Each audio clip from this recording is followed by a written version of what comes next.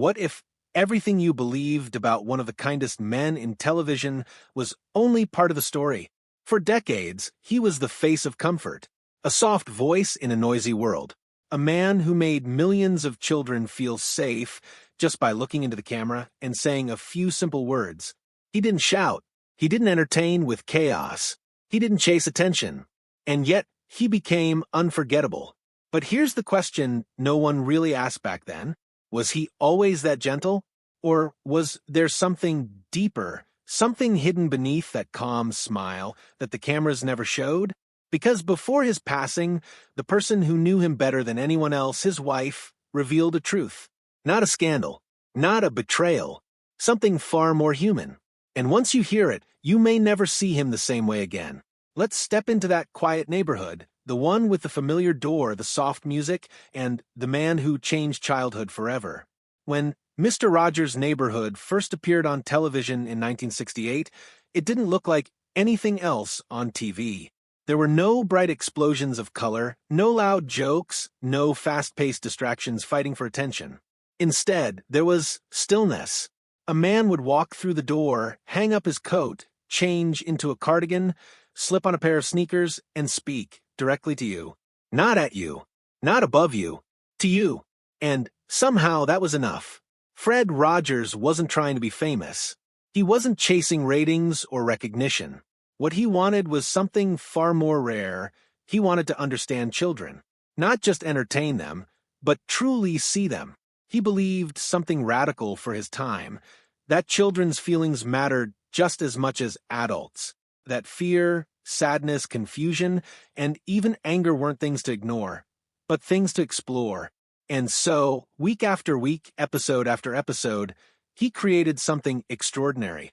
Not just a television show, but an emotional sanctuary.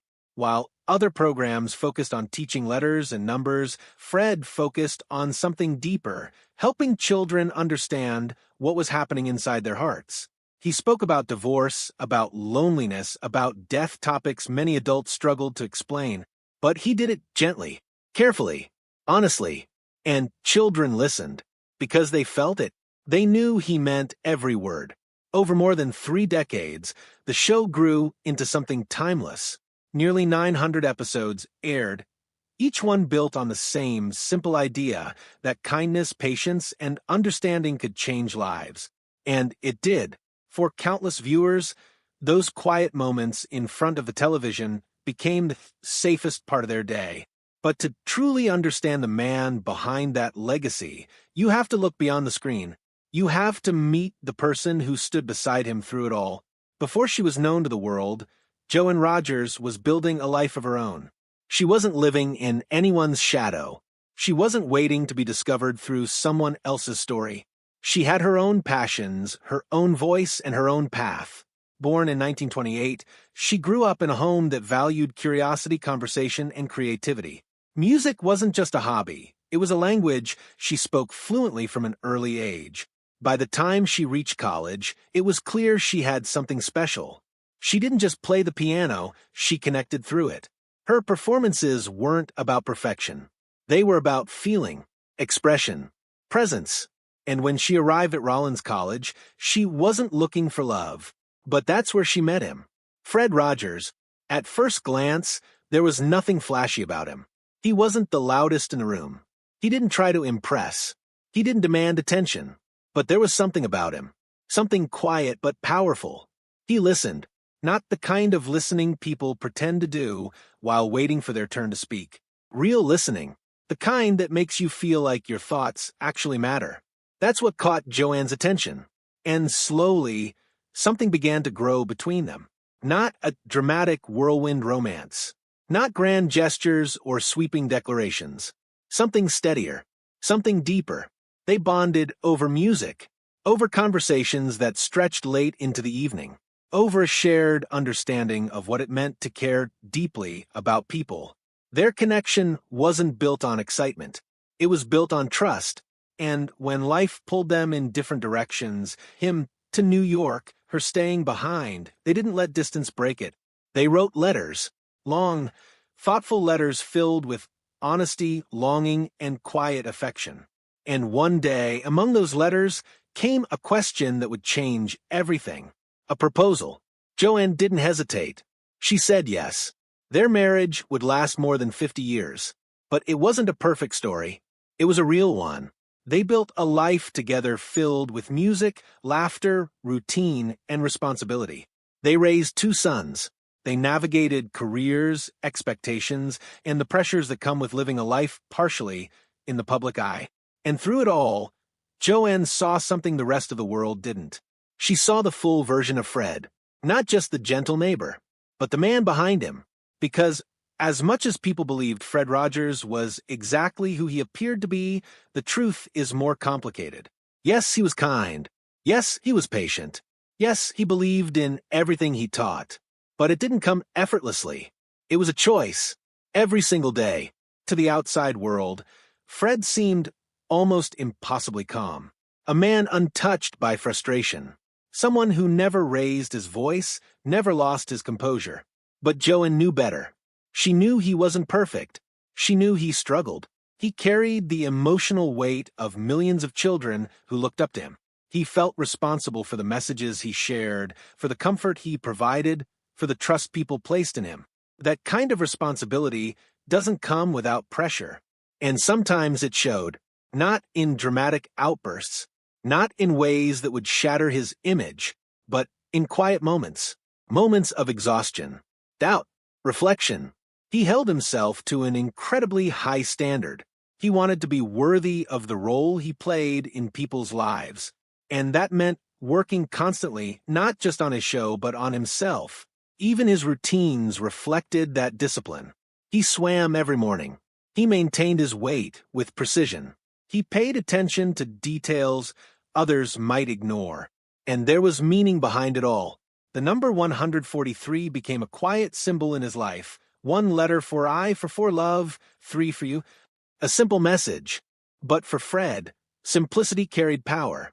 Still, behind that structure, that intention, that outward calm, was a human being navigating the same challenges as anyone else. And that's what makes his story so much more powerful. Because kindness wasn't something that came easily to him. It was something he practiced, and then came the chapter no one wanted to face.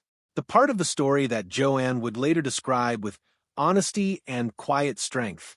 What some might call the awful truth. But not in the way people expect. There is no scandal, no hidden wrongdoing, no shocking secret waiting to be exposed. Instead, there was something far more real. Fred Rogers became ill. At first, it seemed small. Discomfort, indigestion, the kind of thing you brush off and promise to deal with later. But it didn't go away. And when they finally sought answers, the reality was difficult to accept. Stomach cancer. It had already progressed. The man who had spent his life comforting others was now facing something he couldn't simply talk through. And for the first time, the world he had carefully built, one of calm, reassurance, and emotional clarity, was met with uncertainty. Joanne saw it all. The strength, the fear, the moments of silence where words weren't enough. Fred faced his illness with courage, but that didn't mean he wasn't affected by it. There were days when the weight of it all became heavy. Days when even he, the man who helped others navigate their feelings, had to sit with his own. And yet, he kept going. He showed up when he could. He stayed connected to the people and work he loved. He held onto the values that defined him, even as his body began to weaken. There was something deeply human in that. Not perfection, but persistence. In his final days, life slowed down. The routines changed. The energy faded. The reality of what was coming became impossible to ignore. But even then, there were moments of peace. Music still brought comfort. Presence still mattered. Love still filled the space around him. He passed away at home, surrounded by family. Quietly, the same way he had lived so much of his life. For a long time, Joanne didn't share these details publicly, not because she wanted to hide the truth, but because she wanted to protect it. Some stories feel too personal, too sacred to be turned into headlines or sound bites. But as the years passed, she began to see something clearly. People didn't need a perfect version of Fred Rogers. They needed the real one. Because the real story wasn't about a flawless man who never struggled. It was about someone who felt deeply, faced challenges, and still chose kindness anyway. That was the truth. And that truth didn't take away from his legacy. It strengthened it. After his passing, many expected Joanne to step away, quietly. But she didn't. Instead, she stepped forward. She became a voice for his message, carrying it into a new generation. She spoke about his work, his values, and the lessons he left behind, not as distant memories, but as living ideas that still mattered. She reminded people that kindness isn't outdated, that empathy isn't weakness, that taking the time to truly see someone can change everything. Through interviews, appearances, and her continued involvement in his work, she made sure his message didn't fade. It evolved. And in doing so, she showed the world something else. That love doesn't end when someone is gone. It continues in the way we speak, act, and care for others. Years later, even as the world changed, the impact of Fred Rogers remained. New generations discovered his work. His voice, his presence, his message, it all found new life in a faster, louder, more chaotic world. And somehow it still worked, because what he offered was timeless. Not entertainment, but understanding. So, what was the awful truth that Joanne revealed? Not a scandal, not a secret designed to shock, but something much more meaningful. That Fred Rogers was human, that he struggled, that he felt pressure, that he faced illness, fear, and uncertainty, and that despite all of it, he chose kindness, again and again, every single day. And maybe that changes everything. Because it means the person so many looked up to wasn't perfect. He was real, and if someone like him had to work at being kind, then maybe kindness isn't something you're born with. Maybe it's something you choose, something you practice, something you become. So now, when you think of that gentle man in a cardigan, speaking softly, looking directly into the camera, you might see something different. Not just a symbol of comfort, but a person. A person who carried weight, who faced struggles, who didn't always have the answers, but who still showed up with patience, with care, with love. And maybe that's what makes his story unforgettable. Not that he was perfect, but that he never stopped trying to be good. What do you think? Does knowing the truth change how you see him, or does it make his legacy even stronger? Let your thoughts be heard.